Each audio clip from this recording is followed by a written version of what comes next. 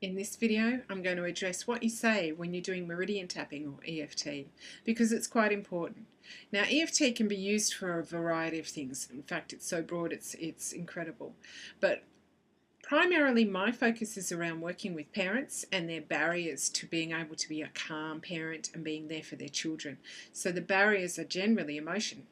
Our ability to remain calm in the face of a storm, our ability to remain calm to our child's often insubordination or outrage at what we've done or said to them, and how do we react to that in a calm way.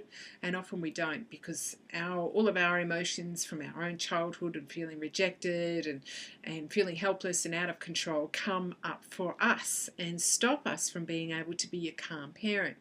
So they're emotional triggers, and that's what I'm going to be dealing with this particular video.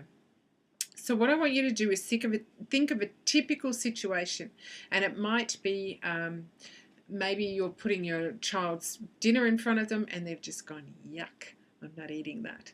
Or perhaps you've told them it's time for bed and they've suddenly exploded in front of your face. Or it's bath time and they've hit their brother over the head because they're angry and they didn't want to give up their toy and their playtime.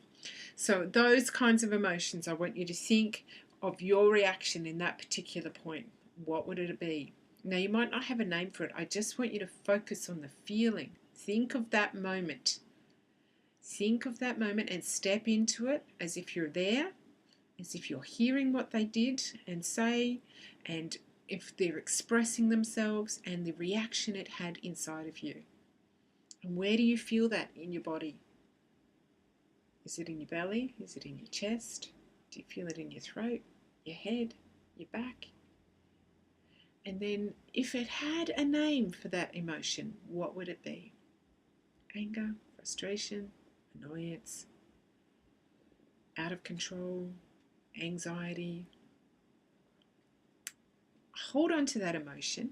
And now what I want you to do is just to start tapping on the side of your hand where the karate chop point is, and say after me, even though I have this emotion, now fill in this emotion with your emotion, even though I have this frustration.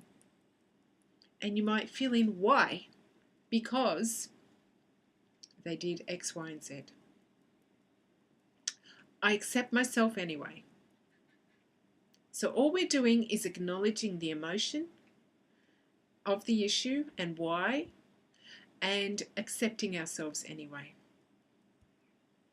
And then at the top of the head, you just repeat what the emotion is. This frustration, or whatever it is for you. This frustration, this emotion, this frustration, collarbone, this frustration. And then you hold the wrist and take a breath in and breathing out and say peace. And check in with yourself, back to where that emotion existed before. Is it still the same? Has it shrunk? What was it before?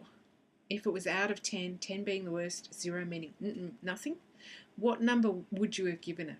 And what is it now? Has it gone down? Has it stayed the same, or has it gone up? So if it's gone down, fantastic.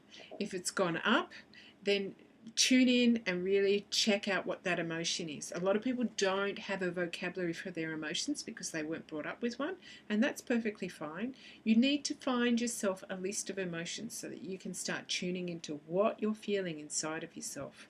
If it's gone up, really tune into what it was about that situation that bothers you. Often people say they were angry, but underneath that anger is often a fear of rejection, abandonment, out of control. That's what you need to tap on. Once you've done that at least once, check with your emotion, make sure it goes down, then do it again. Same thing. Even though I have this emotion, I accept myself anyway. This emotion, all the while tuning in to that particular event. This emotion, this emotion, this emotion.